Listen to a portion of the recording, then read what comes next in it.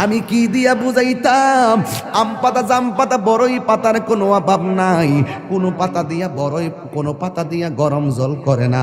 বড়ই পাতার পানি দিয়া কেন গরম জলটা করে? আম পাতা কি দোষ করলো? জাম পাতা কি দোষ করলো? বড়ই পাতা দিয়া কেন গরম জল করা হয়? এই কথা দিয়ে কোনো মৌলবি কয় না। লাল কাপড়, নীল কাপড়, হলুদ কাপড়, কত কাপড় দেখলাম। কবরের কাপড়টা কেন ভাইজান সাদা? এই সাদা দিয়া কেন দাফন করা হয়? এই কথা দিয়ে পৃথিবীর কোনো মৌলবি কয় না রে। এ আমার যুবক,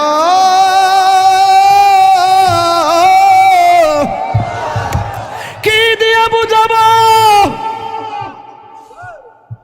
কবরটা কেমন ডেঞ্জারাস? কি দিয়া বুঝাবো মরণটা কত কঠিন? কি দিয়া বুঝাবো তাহিরের একটা দিন চলে যাওয়া মানে হলো আমার জীবন থেকে চিরদিনের জন্য দিনটা চলে গেছে। কোটি টাকা দিয়েও এই ঘন্টার সময়টা আনতে পারতাম না।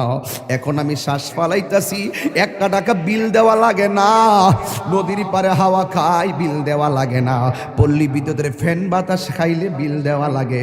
আইসিইউতে ঢুকা গেলে দিনে 50,000 টাকা গোনা লাগে। আমার আল্লাহ যে কত নিয়ামতের বাতাস আমরা ঢুকাইতেছে, বাইরে কইরাইতেছে, একটা টাকা বিল নেই না। আল্লাহ কয় বিল লাগতো না, শুধুমাত্র তোরা 5 বার আইসা কপালটার মাটির মধ্যে লাগাইয়া দিবি। সুবহান রাব্বিয়াল আলা বলবি। দুনিয়ার মালিকের ডিউটি 20 দিন না করলে 20 দিনের বেতন কাটা। আর আমার আল্লাহ তোরে হাজিরা দিছে দৈনিক 5 বার। 1 মাসও হাজিরা দেও না, 2 মাসও দেও না, মাঝে মাঝে সিটারি হাজিরা দাও। কিন্তু আমার আল্লাহ ইচ্ছা করলে তোমার গলার মধ্যে কাটা লাগাইয়া আমার আল্লাহ রিজিকটারে বন্ধ করে দিতে পারে। এরপরও আমার আল্লাহ রিজিক বন্ধ করো না কেন জানো নি? কারণ হলো আমার আল্লাহ কয় আমি আল্লাহ তোরে মায়া কইরা বানাইছি, মায়া লাগে। আপনি আল্লাহরে বলবেন আল্লাহ, আল্লাহ গো, আল্লাহ গো। এই দুনিয়ায় বিপদে পড়লে কত মানুষ তোরে সহযোগিতা করে, কিন্তু হাসরের ময়দানে কেউ কাউকে চাইবে না। আমার আল্লাহ জবানটারে বন্ধ কইরা আল্লাহ বই হাতের সাক্ষী হাত দিবে, পায়ের সাক্ষী পা দিবে। কিছু কিছু মানুষ আমল নামা নেওয়ার জন্য পাগল হয়ে যাবে। আল্লাহ এই আযাব আর সহ্য হয় না, তাড়াতাড়ি ওই তো জান্নাত দাও নাইলে জাহান্নাম দাও, তাড়াতাড়ি আমরা আমল নামা দাও। আল্লাহ বলবে ও ফেরেশতা, এ যখন তাড়াতাড়ি করে তার হাতটারে পেটের ভিতরে ঢুকাই দে। এবার বাম হাতটার পেটের ভিতরে ঢুকাইয়া এই হাতটারে পিছন দিক দিয়ে বাইর করবে। ওই বান্দা বলবে আল্লাহ তোমার কাছে আমল নামা চাইছি, তুমি কেন হাতটার পেটের ভিতরে এত কষ্ট করে ঢুকাইয়া দিলা? আমার তো নারী বুড়ি সিরা গেছে, এই হাতটারে পিছন দিক দিয়ে বাইর করলা। আল্লাহ বলবে তুই না আমল নামা চাইছস, তাহলে পিছন দিক দিয়ে তাকায়া দেখ। এবার ডাক দিয়ে বলবে আল্লাহ আমি তো তাকাইতাম পারি না, পিছনে কি দিছো আমি তো দেখি না। আল্লাহ বলবে ও ফেরেশতারা, ও কি আমল নামা দেখতে চায়, গাটটারে ভাঙ্গা দে।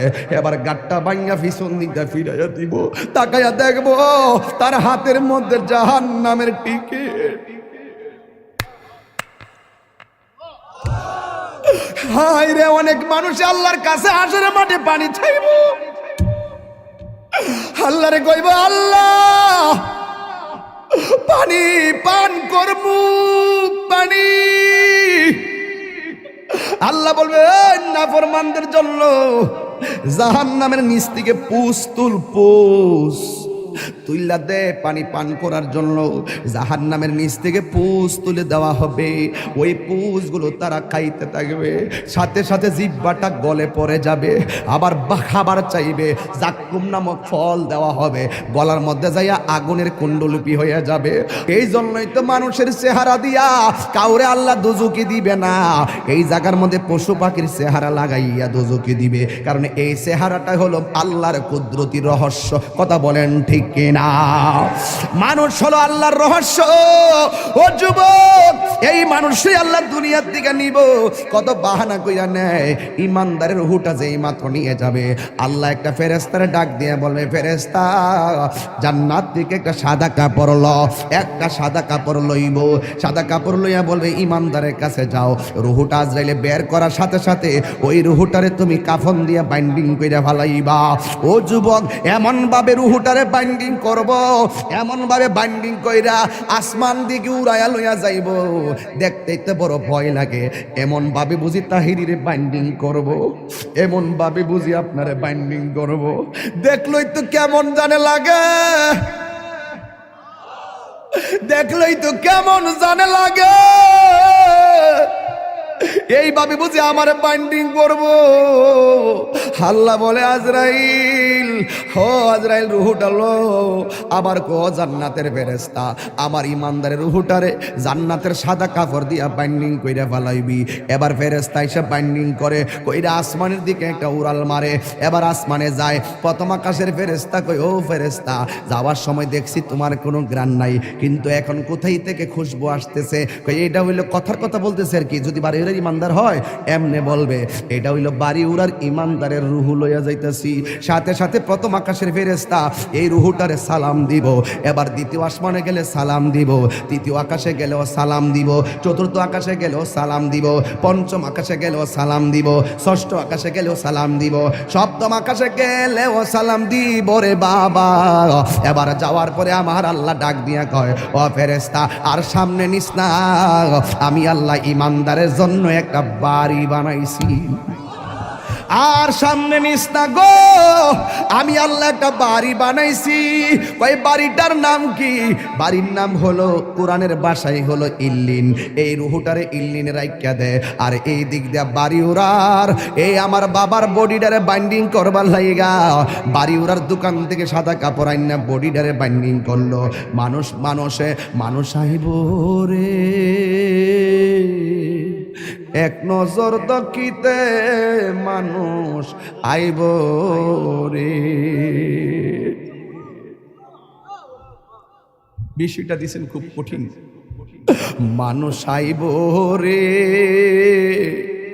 এক নজর দেখিতে, মানুষ আইব রে।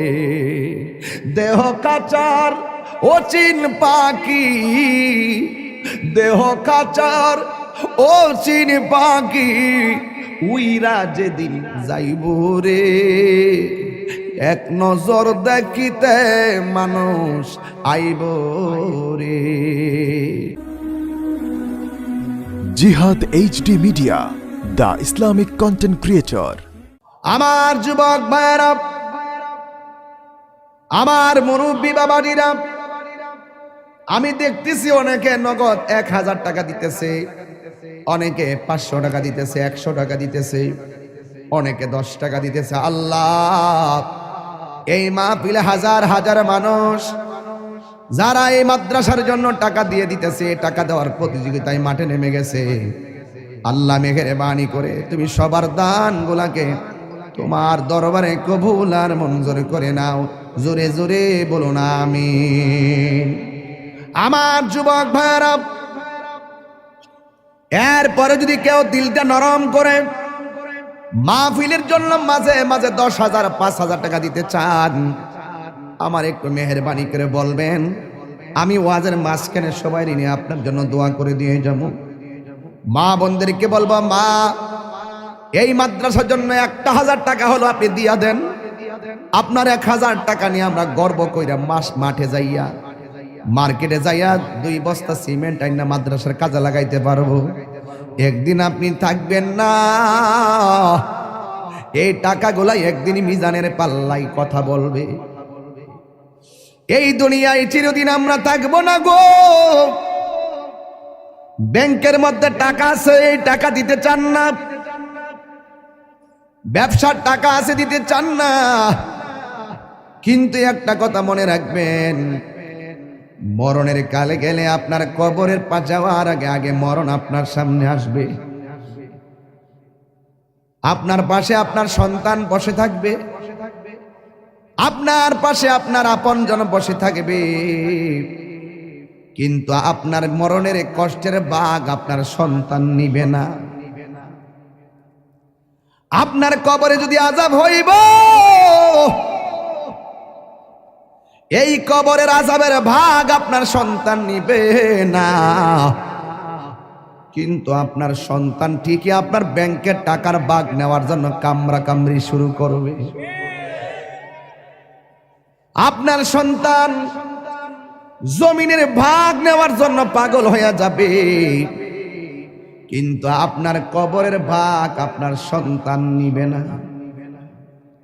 এই জন্য আল্লাহ রাব্বুল আলামিন বলেছেন, মিনহা খলাকনাকুম ওয়া ফিহা নুঈদুকুম ওয়া মিনহা নুখরিজুকুম তারাতান উখরা।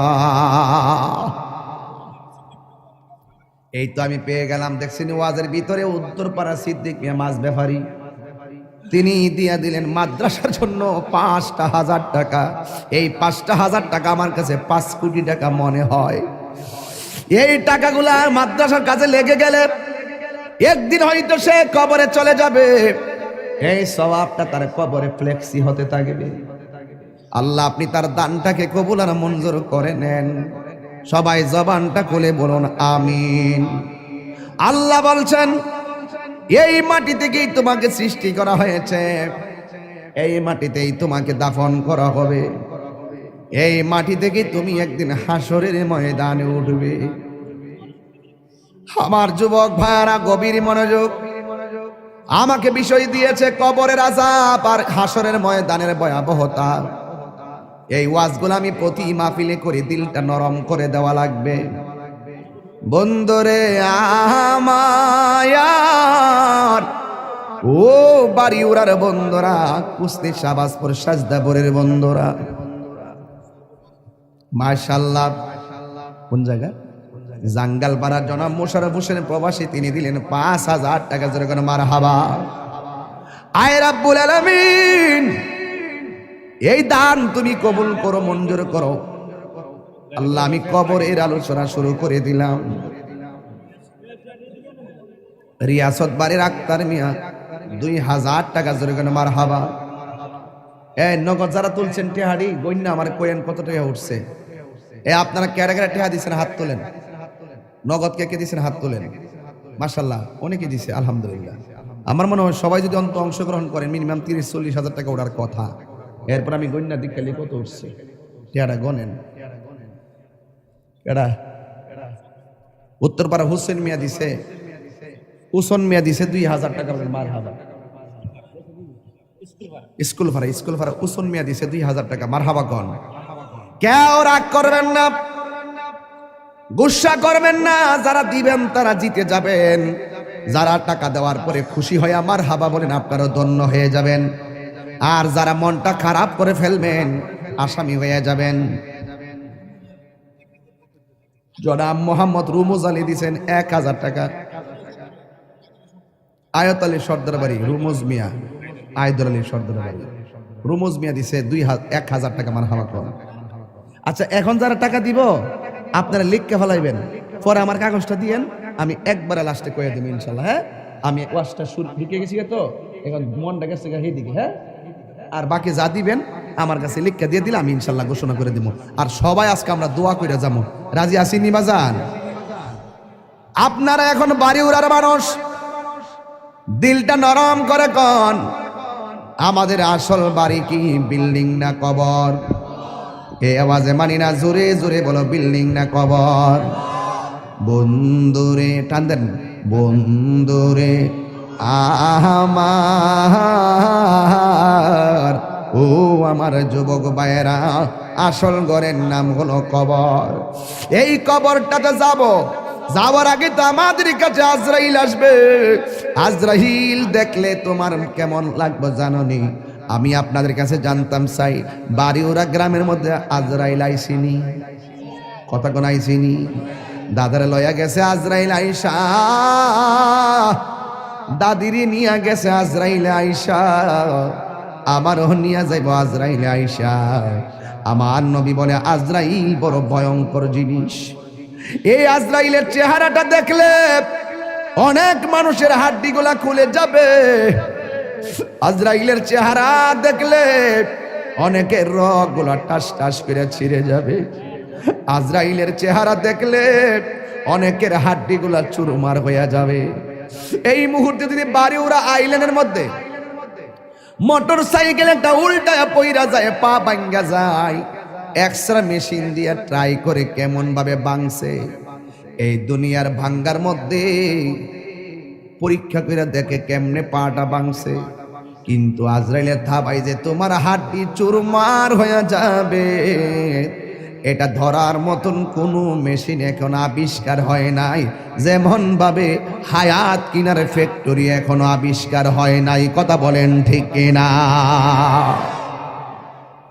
আমার যুবক ভাইয়েরা, আমার নবী বলেন আজরাইল দেখলে বেঈমানগুলো এমন পাগল হয়ে যাবে, তার পাশে তার সন্তান বসে থাকবে, তার পাশে তার আপনজন বসে থাকবে, কিন্তু তার কষ্টের ভাগ তার স্ত্রীও নিবে না, তার কষ্টের ভাগ তার আম্মাও নিবে না। এই জন্যই তো আমার নবী বলেছেন পৃথিবীর মধ্যে মানুষের দুইটা সিস্টেম, একটা হলো বেঈমানের জিন্দেগি, আর একটা হলো ইমানদারের জিন্দেগি। বেঈমানের জিন্দেগি করলে আজরাইলে তাবা খাইয়া রক্তগুলা পানি পানি হইয়া যাইব, পানি পানি হইয়া যাইব, মনের দুঃখ বলার কোনো জায়গা থাকবে না। কিন্তু যদি ইমানদার হতে পারো, ইমানদার হইলে তোমার কাছে আজরাইল আসবে, আয়সা ঘরের দরজার মধ্যে আজরাইলে তোমার সালাম দিব, জোরে জোরে কি আল্লাহু আকবার বলা যাবে না? যুবক, আজরাইল আয়সা তোমার সালাম দিয়া বলবে আল্লাহ আমারে পাঠাইছে আপনার হায়াতের জিন্দেগি শেষ দিকে, এখন আপনার রুহটা নিয়ে যাবো। ইমানদার বলবে আজরাইল আর দেরি করো না, তাড়াতাড়ি আমার রুহটারে লইয়া যাও, আমার এই দুনিয়া ভালো লাগে না গো। আর দুনিয়া সিজনুল মুমিনিন, দুনিয়াটা হলো মুমিনের জন্য জেলখানা। বেঈমানরা মনে করে এই দুনিয়াটা হলো একমাত্র বালাখানা। ইমানদার ডাক দিয়া বলবে ও আজরাইল আমার রুহটারে তাড়াতাড়ি লইয়া যাও, এই দুনিয়ায় আমার ভালো লাগে না। এবার ইমানদারকে আজরাইল বলবে ঠিক আছে আপনি প্রস্তুতি নেন। এবার আজরাইল বলবে তোমার রুহটার আমি মুখ দিয়া নিতেছি। ইমানদার বলবে এই মুখ দিয়া রুহ নিতে দিব না, কারণ এই জবান দিয়ে আমি আল্লাহর জিকির করেছি, তাইলে তোমার রুহটা আমি কান দিয়া নিয়ে যাব। ইমানদার বলবে না, কান দিয়া নিতে দিব না, এই কান দিয়ে আমি আল্লাহর জিকির শুনেছি।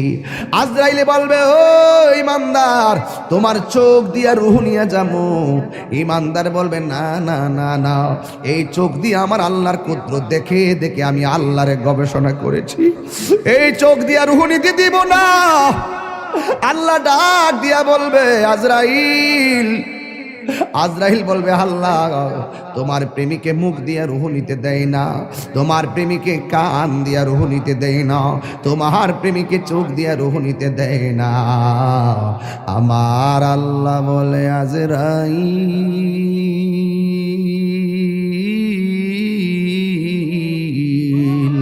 ও আজরাইল আমার বন্ধুরের রুহটা যদি নিবা, আমার ইমানদার বান্দার রুহ যদি নিবা, তাইলে তোমার হাতের তালুর মধ্যে আমি আল্লাহর নামটা লেখো,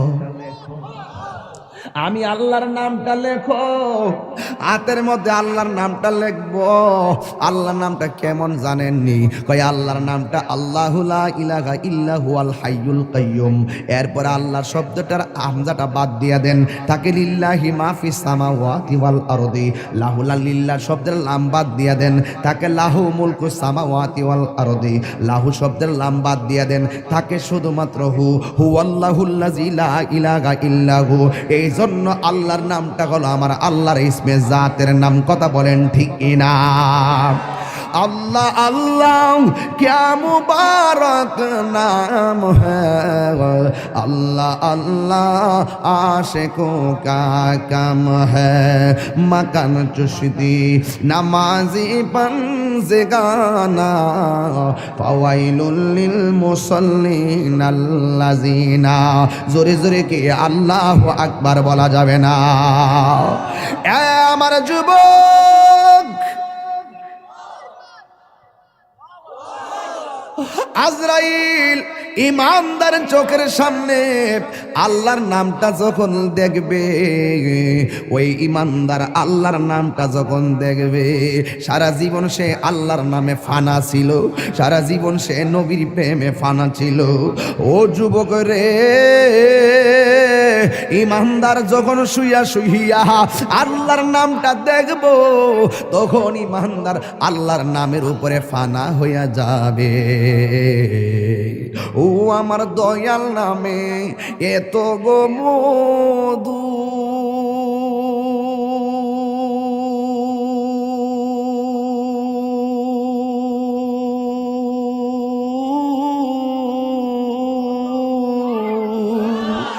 ওরে আমরা রে কয়রাছে এ জাদু গো, ওরে দেখা দিয়া কুলে নিয়া, দেখা দিয়া কুলে নিয়া নিবা মনের বেদনা, আমার মন হইয়াছে রে দেওয়ানা, আমার দয়াল নামে দয়াল নামে এত মধু, খাইলে মধু ফুরায় না, আমার মন গয়াসের দেওয়াল। আরে তোমারে পাইবার হাসি,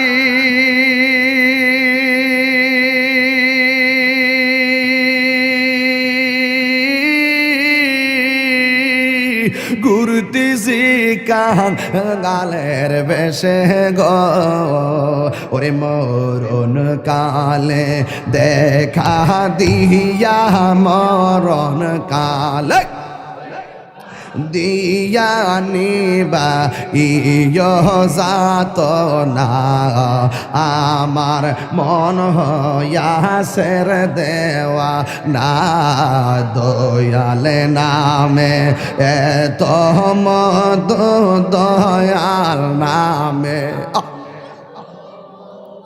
খাইলে মধু ফুরায় না, আমার মন গয়াসের দেওয়া না, আমার মন গয়াসের দেওয়া না।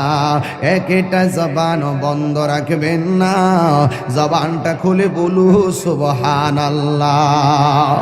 হে আমার বন্ধুরি, ও বাড়িওয়ালার বন্ধুরা, ও আমার মইনদের বন্ধুরা, ও আমার সাজদাপুরের বাবা, কুস্তির বাবা, বুড্ডার বাবা, যত জায়গা থেকে আসছে রে বাবা, ও মল্লেশ্বরের বাবা, আমার আল্লাহ বলে আজরাইল তোমার হাতের তালুর মধ্যে আমি আল্লাহর নামটা লেখো, আল্লাহর নামটা দেখে ইমানদার আল্লাহর নামে ফানা হইয়া যাবে।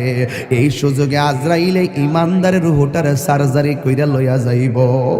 ইমারে বাবা ছোট বাচ্চা মায়ের স্তন থেকে দুধ পান কইরা যেমনে ঘুমায়া গেলে টের পায় না, ইমানদার বাড়ি ওরা ভাঙ্গা ঘরে এমন ভাবে ঘুমায়া যাইব যারা পরিমাণ কোনো টের পাবে না।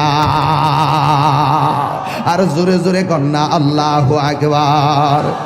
এই জন্য আমার যুবক আল্লাহ কয় মাটি থেকে তোরে বানাইলাম, এই মাটিতেই তোরে দাফন করা হবে। আপনি চলে গেলেন, আপনাকে বড়ই পাতার গরম জল দিয়া গোসল করাইতেছে। কেহ লইল আতর লোবান, কেহ লইল জল। আমি কি দিয়া বুঝাইতাম? আম পাতা, জাম পাতা, বড়ই পাতার কোনো অভাব নাই। কোনো পাতা দিয়া বড়ই, কোনো পাতা দিয়া গরম জল করে না। বড়ই পাতার পানি দিয়া কেন গরম জলটা করে? আম পাতা কি দোষ করলো? জাম পাতা কি দোষ করলো? বড়ই পাতা দিয়া কেন গরম জল করা হয়? এই কথা দিয়ে কোনো মৌলবি কয় না। লাল কাপড়, নীল কাপড়, হলুদ কাপড়, কত কাপড় দেখলাম। কবরের কাপড়টা কেন ভাইজান সাদা? এই সাদা দিয়া কেন দাফন করা হয়? এই কথা দিয়ে পৃথিবীর কোনো মৌলবি কয় না রে। এ আমার যুবক,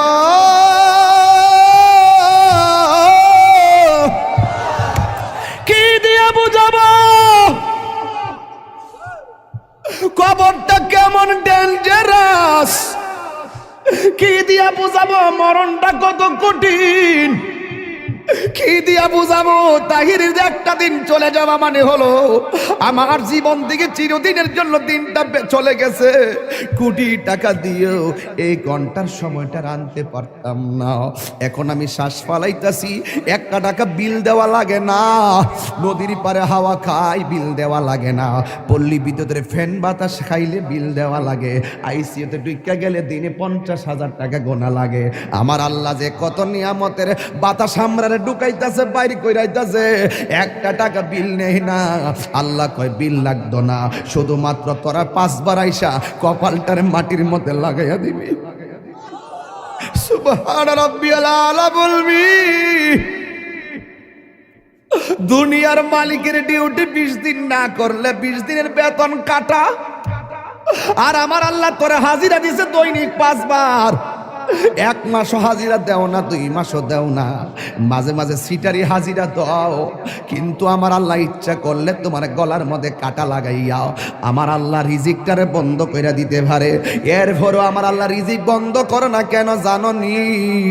কারণ হলো আমার আল্লাহ কয় আমি আল্লাহ তোরে মায়া কইরা বানাইছি, মায়া লাগে। আল্লাহ ডাক দিয়ে কয় আল্লাযী خلقك فسواك فعدلك في أي صورة ما شاء ركبك। আমার আল্লাহ তোরে সুন্দর নমুনায় বানাইছি। এই জন্য আমার আল্লাহকে খলাকতু বিয়াদাইয়া, আল্লাহ এই চেহারাটারে নিজের হাতে বানাইছে। আল্লাহ বলে মিনহা খলাকনাকুম, আমি এই মাটি থেকে তোরে বানাইছি, মানে আদমরে বানাইছে। আদম হলো ডাইরেক্ট মাটি দিয়া তৈয়ার, আমরা কইলাম মা বাবার নুতফা দিয়া তৈয়ার। বন্ধুরে আমার এই চেহারাটা ডাইরেক্ট আমার আল্লাহ নিজের হাতে বানাইছে। এই জন্যই তো মানুষের চেহারা দিয়া কাউরে আল্লাহ দুজকি দিবে না। এই জায়গার মধ্যে পশু পাখির চেহারা লাগাইয়া দোজকে দিবে, কারণ এই চেহারাটা হলো আল্লাহর কুদরতি রহস্য। কথা বলেন ঠিক কিনা? মানুষ হলো আল্লাহর রহস্য। ও যুবক, এই মানুষই আল্লাহ দুনিয়ার দিকে নিব।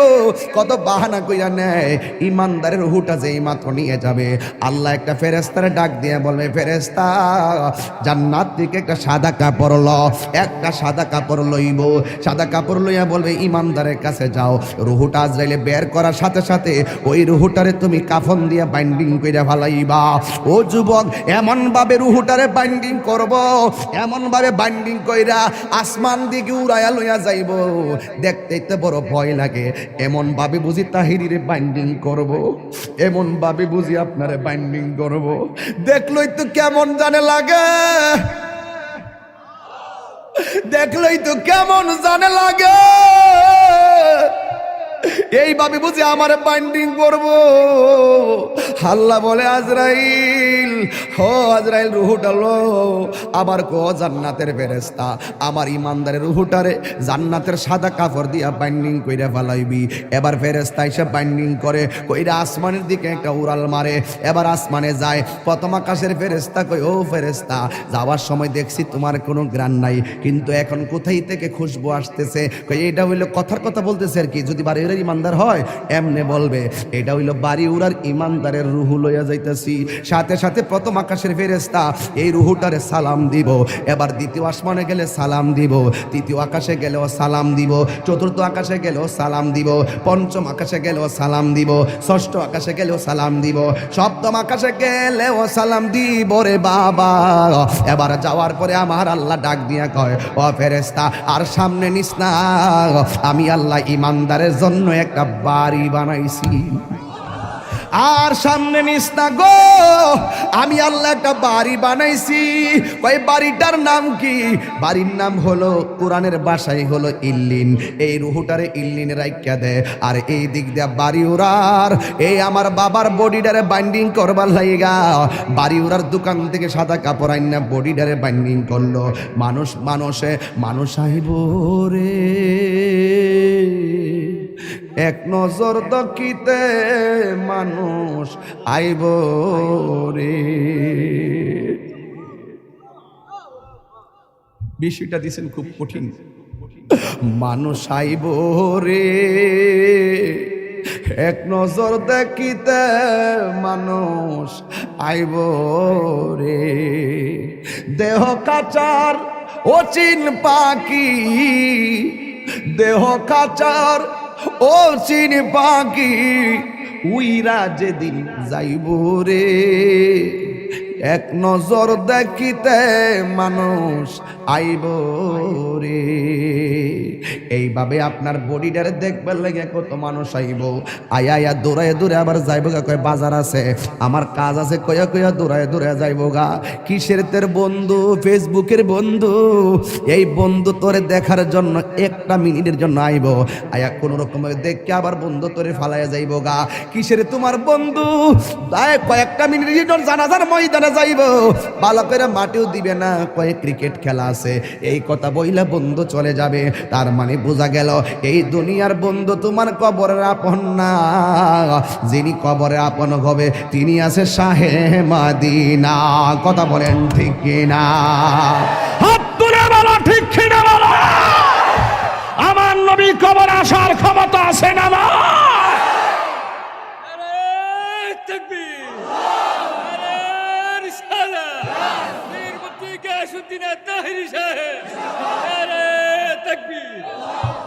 আল্লাহু আকবার বলেন।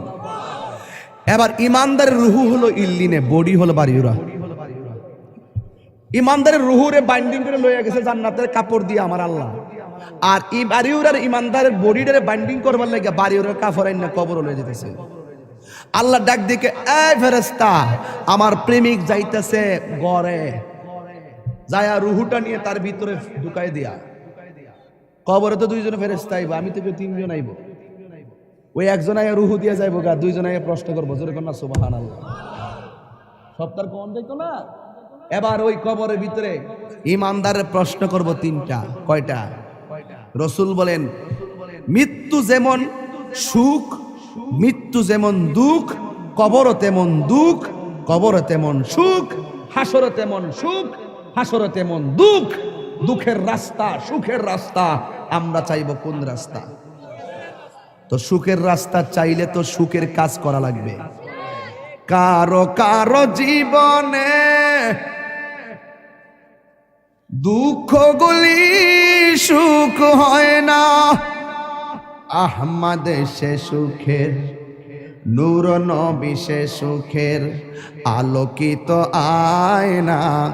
তার রঙে রঙিন হলে দুঃখগুলি আর দুঃখ রয় না সবার জীবনে। আল্লাহুম্মা সাল্লি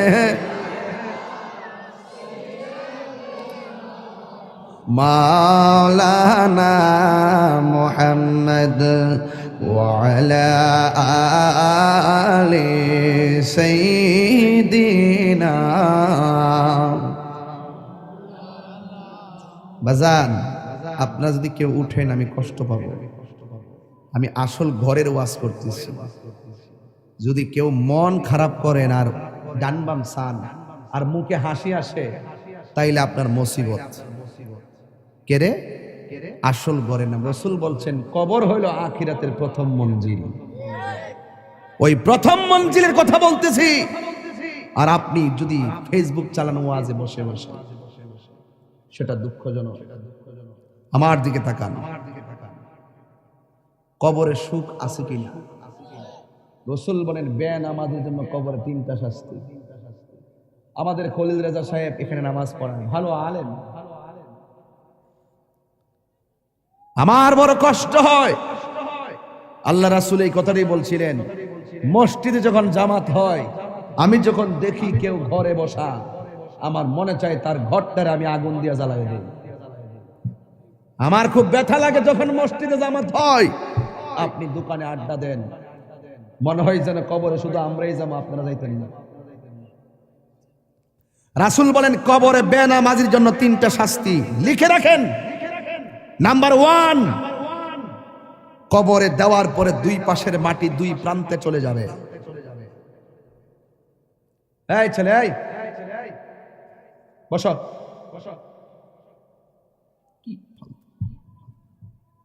এই ছেলেরা, কবরে বেনামাজের জন্য কয়টা শাস্তি বলছি? আজকে থেকে পরিপূর্ণ মাদ্রাসা থেকে একটা হেদায়েতের বার্তা নিয়ে যাও। কয়টা শাস্তি বলছি ভাই? নাম্বার 1, কবরে লাশ দেওয়ার পরে দুই পাশের মাটি দুই প্রান্তে চলে যাবে। বলবেন এটা কিভাবে সম্ভব? দুই প্রান্তের মাটি দুই প্রান্তে যাবে কিভাবে? আজরাইলে কত বড় জানেন? যার মাথায় 7 সমুদ্র 13 নদীর পানি দিলেও 1 ফোঁটা পানি জমিনে পড়বে না। যার এক মুষ্টি মাটি সমান সমান 70 মণ। এক মুষ্টি মাটি আদম রেজে বানাইছিল, এক মুষ্টি আইসা এক মুষ্টি মাটি সমান সমান 40 মতান্তরে 70 মণ। তাহলে উনি কত বড় দেহের অধিকারী? এই এত বড় আজরাইল আপনার ছোট্ট ঘরের রুমের ভিতরে ঢুকছে কেমনি? এটা যেমন সম্ভব, হিটাও সম্ভব। কথা বলেন। দুই প্রান্তে চলে যাবে। বেনামাজির জন্য কবরে 3টা শাস্তির একটা শাস্তি হলো দুই পাশের মাটিগুলো এসে তোমাকে এমন জোরে চাপা দিবে, ডান পাশের হাড্ডিগুলো বাম পাশের ভিতরে ঢুকে যাবে। বাম পাশের হাড্ডিগুলো ডান পাশের ভিতরে ঢুকে যাবে। রাসূল কি বার্তা দিয়েছে শুনেন। আল্লাহর হাবিব বলছেন ওই সময় সে একটা চিৎকার যে দিবে, এই কান্নার আওয়াজ যদি তার পরিবার পরিজন দুনিয়ার মানুষ শুনতো, তাহলে ওই মানুষটার কানের পর্দা ফেটে সাথে সাথে মারা যেত। আল্লাহ! বিকট আওয়াজ হবে। রাসূল বলেন এই আওয়াজ যদি পৃথিবীর কাহারও কানে লাগতো, তাহলে মানুষের পর্দা, কানের পর্দা ফেটে মারা যেত। গরু ছাগল চতুষ্পদ জন্তু যারা, তারা কবরের আযাবের আওয়াজ শুনে। আপনি জানেন না তো, হাদিসের ভাষায় দেখেছি কবরের ভিতরে মানুষগুলা যে কান্নাকাটি করে, এত ভয়ঙ্কর হাউমাউ, ঝগড়া লাগলে বলছে না কাউ কাউ, কি আওয়াজ হয়? আল্লাহ বাঁচাও, আর পারছি না, আল্লাহ তুমি বাঁচাও, আর আগুন সহ্য হয় না, সাপের দংশন সহ্য হয় না। মাঝে মাঝে দেখবেন গরু ছাগলগুলো ঘাস খায়, হুট করে দাঁড়ায় থাকে, হুট করে রশি ছিঁড়ে দূর মারে। কেন? ওরা কবরে আযাবের কান্নাকাটির আওয়াজ শুনে। এই কাউ মাউ যদি দুনিয়ার মানুষ শুনতো, রাসূলকে জিজ্ঞেস করে, রাসূল চতুষ্পদ জন্তু কথা বলতে পারে না, তারা কবরে আওয়াজ শুনে, মানুষ কেন শুনে না? রাসূল উত্তর দিলেন, মানুষ যদি কবরে আযাব শুনতো, তাইলে মানুষ দিন দরদ ছাইরা দিয়া মানুষ পাগল হইয়া হার্ট ফিল হইয়া মারা যেত। গভীর মনোযোগ। কবরের আলোচনা করতে বলেছেন, তাই সাইড লড়ব না। মাটি তোমাকে এমন ভাবে চাপা দিবে, কোটিপতি হইয়া কবরে দোহাই দিলে চলবে না আমি কোটিপতি ছিলাম। এই কবরের মাটি তোমাকে মাটির সঙ্গে মিশাবে, কিন্তু মরণ হবে না। আপনি আল্লাহকে বলবেন, আল্লাহ আর সহ্য হয় না, একবারে আমরা মাইরা ফালাও, হাড্ডিগুলো গোড়া হয়ে গেছে, আর সহ্য হয় না গো মালিক। এই হলো বেনামাজির কবরের মাটির আযাব। এখন বলবেন মাটি কেন চাপা দিব, তার রহস্য কি শুনে যান।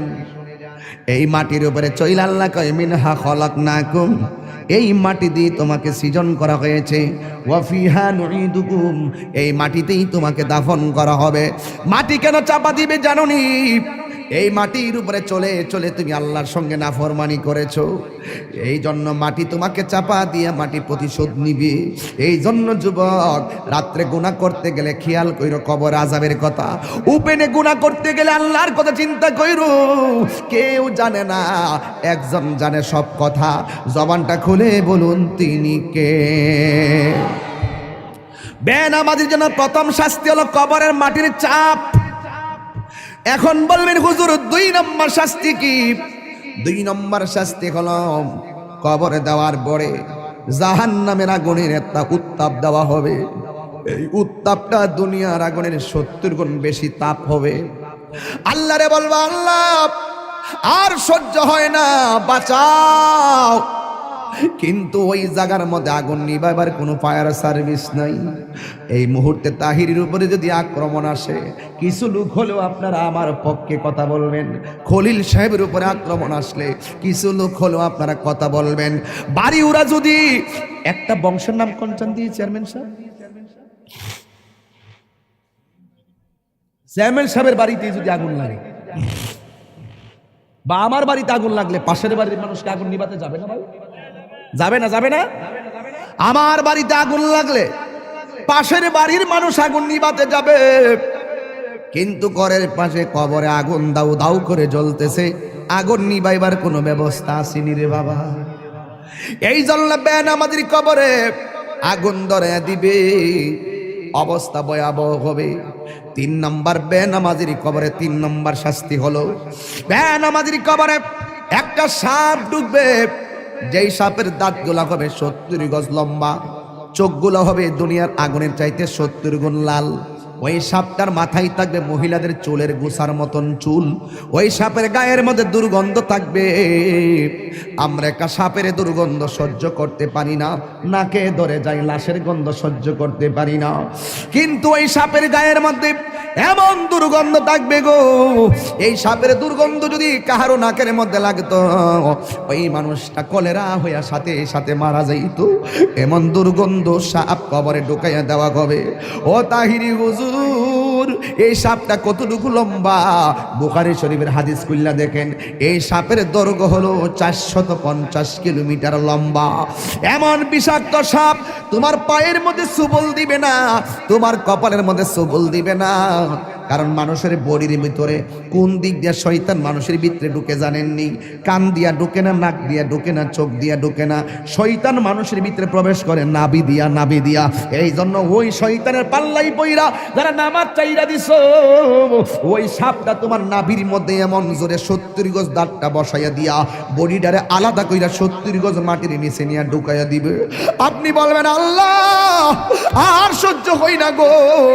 ও যুবক, পায়ে হাত দিয়া বইলা যায়, নামাজ ছাড়লে আল্লাহ বড় অসন্তুষ্টি হইয়া যায়। একদম মুসা নবীর কাছে একটা মহিলা আসলেন, আয়েশা বলতেছে, মুসা নবী গো, আমি এমন গুনাহ করছি, আল্লাহর কাছে 100 বার ক্ষমা চাইলে মনে হয় কেন জানি আল্লাহ ক্ষমা করবে না। আমি এত তওবা করি, চোখের পানি ফেলায়া কান্দি গো মুসা নবী।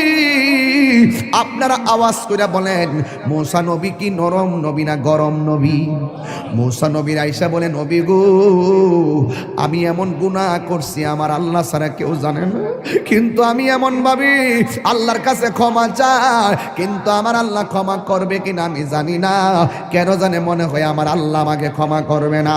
এবার মুসা নবী ডাক দিয়ে, ও পাগলনি, তুমি কি এমন গুনাহ করছো যে এই গুনাহের কারণে আল্লাহর কাছে তওবা করার পরও তোমাকে তওবাটা কবুল হবে কিনা তুমি মনে করতে পারো না? এবার মহিলা ডাক দিয়ে বলে, নবী গো, আপনি তো আল্লাহর সঙ্গে কথা বলেন, আপনি আল্লাহরে যাইয়া আমার নামটা ধরে কইবেন, আমি মহিলার দোয়া আল্লাহ কবুল করছেনি, আমার গুনাহগুলো আল্লাহ মাফ করছেনি। এবার মুসা নবী ডাক দিয়ে, মহিলা, তুমি কি এমন গুনাহ করছো যেই জন্য তোমার কথা আল্লাহর কাছে গিয়ে আমি তুলে ধরার জন্য বলেছ? এবার মহিলাটা ডাক দিয়ে বলে, নবী গো, আমি একটা অন্যায় করছি। কই কি অন্যায়? কই আমার বিয়ে হয় না, কিন্তু আমি একটা মানুষের সঙ্গে অবৈধ মেলামেশা করেছি, এরপরে আমি বুঝতে পারি নাই আমার পেটের মধ্যে একটা সন্তান চলে এসেছে। এখন মনে মনে ভাবলাম এই সন্তানটার আমি কি করব, কিন্তু মারার তো কোনো পদ্ধতি পাইলাম না। আমি একটা আস্তে আস্তে কোনো রকমভাবে কাপড় চোপড় দিয়া দিয়া চলাফেরা করি, মানুষকে আমি বুঝতে দেই না যে আমি হামেলা। এই জন্য আমি কোনো রকম ভাবে চলাফেরা করি, কাপড় চোপড় পরি যেন মানুষে না বুঝে। কিন্তু আমি এমন ভাবে দিন যত বাড়তে শুরু করলো, আমার শরীরটা ভারী হইতে শুরু করলো। শেষ পর্যন্ত যখন 6-7 মাস হলো, মানুষ আমারে দইরা ফেলাইবো আমার অস্বাভাবিক অবস্থা দেখলে। এরপর আমি জঙ্গলে জঙ্গলে যায়া যায়া ঘুরছি, যেন মানুষ আমারে ধরতে না পারে। ও নবী গো, নবী গো, নবী গো, আপনি জানেননি গো, আমি যখন দেখলাম 10 মাস 10 দিন হয়ে গেল, একদিন আমার পেটের ব্যথা উঠে গেল, মনে হয়েছে যেন আমার সন্তানটা হইব। কোনো দাইমারে ডাকলে শাস্তি হইয়া যাইব, কোনো দাইমারে ডাকলে সাক্ষী হইয়া যাইব, কোনো মহিলারে ডাকলে সাক্ষী হইয়া যাইব। এখন আমি কি করব? নিজে নিজেই প্রসব করাইছি আমার সন্তান, এখন আমি কি করব? এতদিন আমি পেট গোপন করছি, এখন আমি বাচ্চাটা গোপন করব কেমনে? এক তো আমি জিনা কইরা গুনাহ করলাম, 2 নম্বর সন্তান হইয়া গেছে, এখন আমি সন্তানটা লোক সমাজে লইয়া গেলে আমি কলঙ্কিনী হইয়া যাইব। মুসা নবী, আমি কি ভয়ঙ্কর গুনাহ করছি জানেননি? আমি জঙ্গলার ভিতরে বাচ্চাটা হওয়ার পরে জিন্দা সুন্দর একটা ফুটফুটে বাচ্চা, এই বাচ্চাটার আমি গলার চিপ দিয়া মাইরা ফেলাইছি। এই জন্য আমি জিনা কইরা গুনাহ করছি, এক অপরাধ। আমার পেটের মধ্যে বাচ্চা নিছি, আরেক অপরাধ। এই বাচ্চা হওয়ার পরে আমি গলা চিপ দিয়া মাইরা ফেলাইছি, এটা আমার অপরাধ। এবার মুসা নবীর ইয়া মুসা কালিমুল্লাহ, মাফ হইবনি গো, আমার গুনাহ মাফ হইবনি। মুসা নবী তো গরম নবী, মুসা নবী ডাক দিয়া কম বক্তার মহিলা, যাও যাও, এখান থেকে চলে যাও, এখান থেকে চলে যাও, এখান থেকে চলে যাও। ইন দি মিন টাইমে মহিলা ডাক দিয়া কয়, মুসা নবী গো, অনেক আশা ভরসা লইয়া আপনার কাছে আসছিলাম, আপনি আমারে তাড়াইয়া দিতেছেন, কিন্তু এখন আমি কি করব? এবার মুসা নবী কয়, না না, তুমি যে অন্যায় করছো তোমার কোনো ক্ষমা হওয়ার কথা না। এই মুহূর্তে আল্লাহ ডাক দিয়ে কয়, ও মুসা রে, ও মুসা, যে অপরাধটা তুমি বড় মনে করছো, এর চাইতে আরো বড় গুনাহ আছে, তুমি জানো নি? যেই গুনাহ করলে আমি আল্লাহ এর চাইতে আরো বেশি অসন্তুষ্টি হইয়া যায়। কয় কি? কয় যারা ইচ্ছা কইরা নামাজ চাইরা দে, ওই বান্দার উপরে আমি আল্লাহ এর চাইতে বেশি বেজার হইয়া যায়। এই জন্য যুবক, কবরের শাস্তি বড় ভয়ঙ্কর। নামাজের শাস্তি 3টা। 1 নম্বর কবরটা হয়ে যাবে সংকুচিত, 2 নম্বর কবরে সাপ আসবে, 3 নম্বর কবরে আগুন ধরাইয়া দেওয়া হবে।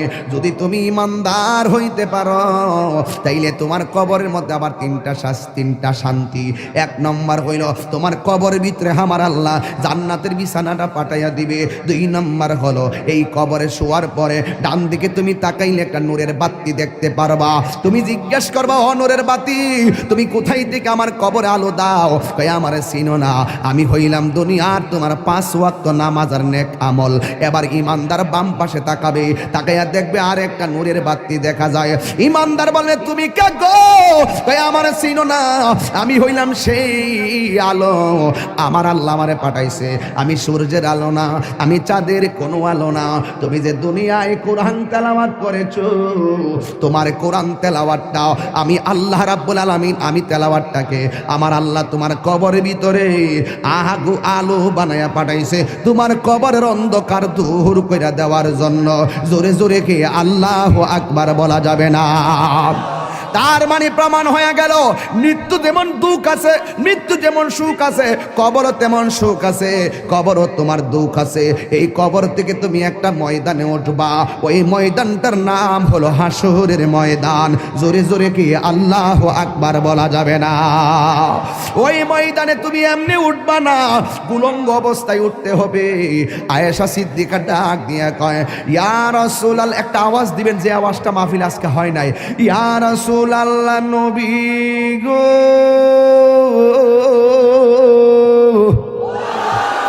ইয়া রাসূলুল্লাহ, আপনি যে বললেন এই কবরস্থান থেকে, কবর থেকে মানুষে হাসরের ময়দানে উলঙ্গ অবস্থায় উঠবে, একজনে লজ্জাস্থান তো আর একজনে দেখা পালাইব। ইয়া রাসূলুল্লাহ নবী, একজনে লজ্জাস্থান তো আরেকজন দেখা পালাইব। আমার নবী বলে, আয়েশা, ও আয়েশা রে, একজন আরেকজনে লজ্জাস্থান দেখবো তো দূরের কথা, কবর থেকে ওঠার সময় গাছটা ভাঙ্গে হাসরের ময়দানে উঠবো, 8 বিঘা দুপুরে সূর্য থাকবো, কেউ কাহার দিকে তাকাইতে পারবে না। বন্ধুরে আমার, ও বাড়ি ওনার বাবারা, ওই হাসরের ময়দানে আমার নবী বলেন, এই পৃথিবীতে একজন পয়গম্বর এই হাসরের ময়দানে সর্বপ্রথম জান্নাতি কাপড় পরে উঠবে, ওই তিনির নাম হলো রাহমাতাল লিল আলামিন। আর জোরে জোরে কন্যা আল্লাহু আকবার। এই জন্য যুবক ভাইয়েরা আমার, আল্লাহ রাব্বুল আলামিন কুরআনুল কারীমের মধ্যে সুন্দর করে ইরশাদ করেছেন, কুল্লু মান আলাইহা ফান, এই পৃথিবী সব ধ্বংস হয়ে যাবে। ওয়াজহু রাব্বিকা যুল জালালি ওয়াল ইকরাম, যিনি ছিলেন তিনি আছেন তিনি থাকবেন, সেই মনিবের নাম আল্লাহ। তিনি হাসরের ময়দানে বলবেন লিমানিল মুলকুল ইয়াউম, আজকে রাজত্ব কার? ওই দিন আমার আল্লাহ রাজত্ব প্রকাশ পাবে ভালো কইরাই। ওই দিন আমার আল্লাহ দুইটা রং ধারণ করবে, একটা রং হলো কাহার আর একটা হলো রহিম।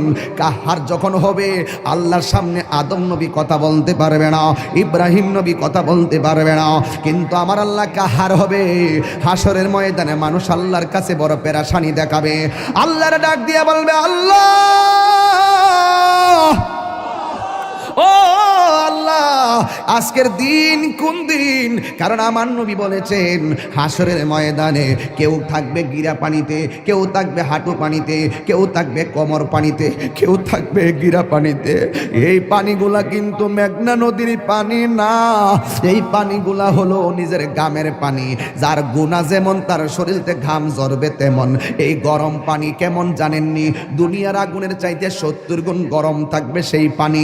ওই পানিতে যখন আপনার পা থাকবে, হাড্ডি থেকে গোশতগুলো আলাদা খুলে গিয়ে আপনি কঙ্কাল হয়ে যাবেন। ওই কঠিন মুসিবতের সময় আপনার হাড্ডির মধ্য থেকে গোশত আলাদা হয়ে যাবে। আপনি আল্লাহরে বলবেন আল্লাহ, আল্লাহ গো, আল্লাহ গো, এই দুনিয়ায় বিপদে পড়লে কত মানুষ তোরে সহযোগিতা করে, কিন্তু হাসরের ময়দানে কেউ কাউকে চাইবে না। আমার আল্লাহ জবানটারে বন্ধ কইরা আল্লাহ ওই হাতের সাক্ষী হাত দিবে, পায়ের সাক্ষী পা দিবে। কিছু কিছু মানুষ আমলনামা নেওয়ার জন্য পাগল হয়ে যাবে। আল্লাহ এই আযাব আর সহ্য হয় না, তাড়াতাড়ি ওই তো জান্নাত দাও নাইলে জাহান্নাম দাও, তাড়াতাড়ি আমরা আমলনামা দাও। আল্লাহ বলবে ও ফেরেশতা, এ যখন তাড়াতাড়ি করে তার হাতটারে পেটের ভিতরে ঢুকাই দে। এবার বাম হাতটার পেটের ভিতরে ঢুকাইয়া এই হাতটারে পিছন দিক দিয়ে বাইর করবে। ওই বান্দা বলবে আল্লাহ তোমার কাছে আমলনামা চাইছি, তুমি কেন হাতটার পেটের ভিতরে এত কষ্ট করে ঢুকাইয়া দিলা? আমার তো নারী বুড়ি সিরা গেছে, এই হাতটারে পিছন দিক দিয়ে বাইর করলা। আল্লাহ বলবে তুই না আমলনামা চাইছস, তাহলে পিছন দিক দিয়ে তাকায়া দেখ। এবার ডাক দিয়ে বলবে আল্লাহ আমি তো তাকাইতাম পারি না, পিছনে কি দিছো আমি তো দেখি না। আল্লাহ বলবে ও ফেরেশতারা, ও কি আমলনামা দেখতে চায়? গাটটারে ভাঙ্গা দে। এবার গাটটা ভাঙ্গা পিছন দিক দিয়ে ফিরাইয়া দিব, তাকায়া দেখবো তার হাতের মধ্যে জাহান্নামের টিকিট। হায় রে, অনেক মানুষ আল্লাহর কাছে হাসরের মাঠে পানি চাইব, আল্লাহরে কইব আল্লাহ পানি পান করমু পানি। আল্লাহ বলবে নাফরমানদের জন্য জাহান্নামের নিচ থেকে পুষ তুল, পুষ তুইলা দে পানি পান করার জন্য।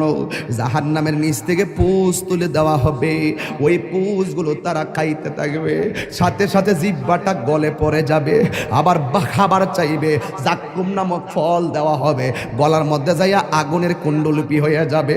আল্লাহরে ডাক দিয়ে বলবো আল্লাহ তোমারে কইছি একটু পানি দাও, এমন পানি দিলা। আবার কিছু বান্দা বলবে আল্লাহ আমার আরো পানি দাও। আল্লাহ বলবে এই বান্দাগুলারে ওই পানিটা পান করাইয়া দে, যে এই পানি এক ফোঁটা পান করলে জীবনেও আর পানি তৃষ্ণা লাগবে না। এবার তাদেরকে হাউজে কাউসারে পানি পান করানো হবে। ওই বান্দারা বলবে আল্লাহ আমরা তোমার বান্দা, তারাও তোমার বান্দা, তারাও তুমি আমরা তোমার রব জানি, তারাও তোমার রব জানছে। আল্লাহ আমরা পাইলাম জাহান্নামের পুজোরে পানি, ওরা কেন পাইলো হাউজে কাউসারের পানি? আল্লাহ বলবে ওরা কারা জানোসনি? এরা হইল আমার ওই সমস্ত বান্দা যারা দুনিয়ায় সেহরির টাইমে সেহরি খাইছে, সারাটা দিন গলাটা শুকাইয়া গেছে, এরপরও পানি পান করে নাই। দুপুর বেলা পেটের ক্ষুধা চৌচির হইয়া গেছি, এরপর পানি পান করে নাই, ভাত খায় না। এরা হলো আমার রোজাদার বান্দা, এরা আমার সন্তুষ্টির জন্য খাবার বিলাইয়া দিছে, এরপরও খাবার খায় নাই। এদেরকে আমি আল্লাহ হাউজে কাউসারে পানি পান করাইতেছি। এই জন্য যুবক আমার হাসরের ময়দানে দুইটা সুখ, দুইটা দিক আছে, একটা হলো সুখের আর একটা হলো দুঃখের। তুমি আমি সবাই হাসরের ময়দানে কাঁদবো। কিছু কিছু ছেলেরা, কিছু কিছু মানুষ তাকাইয়া দেখবে হাসরের ময়দানে ময়দানে কিছু কিছু মানুষের গায়ের মধ্যে আগুনের শিকল লাগানো হবে। নবী ডাক দিয়া বলবে, আল্লাহ এই সমস্ত বান্দাগুলোকে, আল্লাহ বলবে এরা কারা জানেননি? যারা দুনিয়াতে মা বাবার মনে কষ্ট দিয়েছে, এইগুলা হলো সেই সমস্ত বান্দা।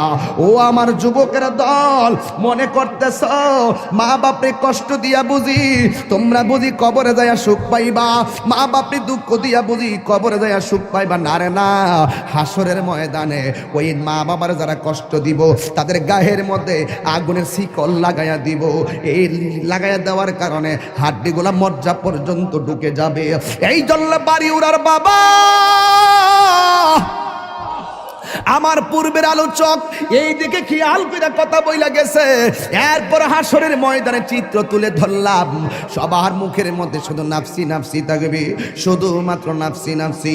আদম নবী বলবে নাফসি নাফসি, ঈসা নবী বলবে নাফসি নাফসি, ইব্রাহিম নবী বলবে নাফসি নাফসি, সব নাফসি নাফসি। যুবক, ওই কঠিন মুসিবতে আল্লাহর ছায়া বিনে কোনো ছায়া থাকবে না। ওই কঠিন মুসিবতে আমার আল্লাহ 7 শ্রেণীর মানুষকে আর সে আজিমের নিচে ছায়া দান করবে। জবানটা খুললা কন্যা, কয় শ্রেণীর লোক? 7 শ্রেণীর মানুষকে আল্লাহ রাব্বুল আলামিন আরশে আজিমের নিচে ছায়া দান করবে। 1 নম্বর হলো যারা ন্যায় বিচারক, 2 নম্বর হলো যৌবনে যার ইবাদত বেশি, 3 নম্বরে মসজিদ নামাজ আর জিকির যার বেশি, 4 নম্বরে যারা আল্লাহর ভয়ে কান্না করে, 5 নম্বরে যারা দান করে, 6 নম্বরে যারা আল্লাহর জন্যই কাউরে ভালোবাসে, 7 নম্বরে হলো তাদের সামনে গুনাহ আসছে কিন্তু আল্লাহর ডরে তারা গুনাহ করে নাই। যেমন তোমার আমি একটা বাবা ট্যাবলেট দিলাম, তুমি বলবা হুজুর আমি খাইতাম না, এটা খাইলে আমার আল্লাহ আমার আমল নামায় গুনাহ লিখবো। তোমাকে আমি বললাম এই মেয়েটার তুমি ভোগ করো, তুমি বললা না হুজুর সুযোগ আছে, এরপর আমি ভোগ করব না। কেন? আমার আল্লাহ আমারে গুনাহ দিব। আমার রাসূল বলেন যার চোখের সামনে গুনাহ 100% করার সুযোগ আছে, এরপর আল্লাহর ডরে গুনাহ করে না, এই সমস্ত বান্দাদের জন্য যেমন 1-3টা বন্ধু রাস্তা দিয়ে রওনা দিছে, হঠাৎ করে একটা গুহার ভিতরে ঢুকলো, মুখের মধ্যে একটা পাথর পড়ে গেছে, এই পাথরটার লড়াচড়া করে না। এবার বন্ধু 3 জন ভিতরে আটকা পড়ে গেছে, এই পাথরটা সরাইতেও পারে না। বন্ধুরে আমার, ও বাড়ি ওনার কষ্ট হচ্ছে আপনাদের? একটু জবানটা খুললে কোন আল্লাহু আকবার। বন্ধু কয়জন? আরো জোরে। কিসের ভিতরে আটকা পড়ছে? আহা, আমি তাহিরি আপনাদেরকে যা বলতেছি হেদায়েতের লক্ষ্যে ওয়াজ করতেছি। যদি মনে করেন যে আমি উড়াইল্লা ওয়াজ করতেছি, ভুল হবে।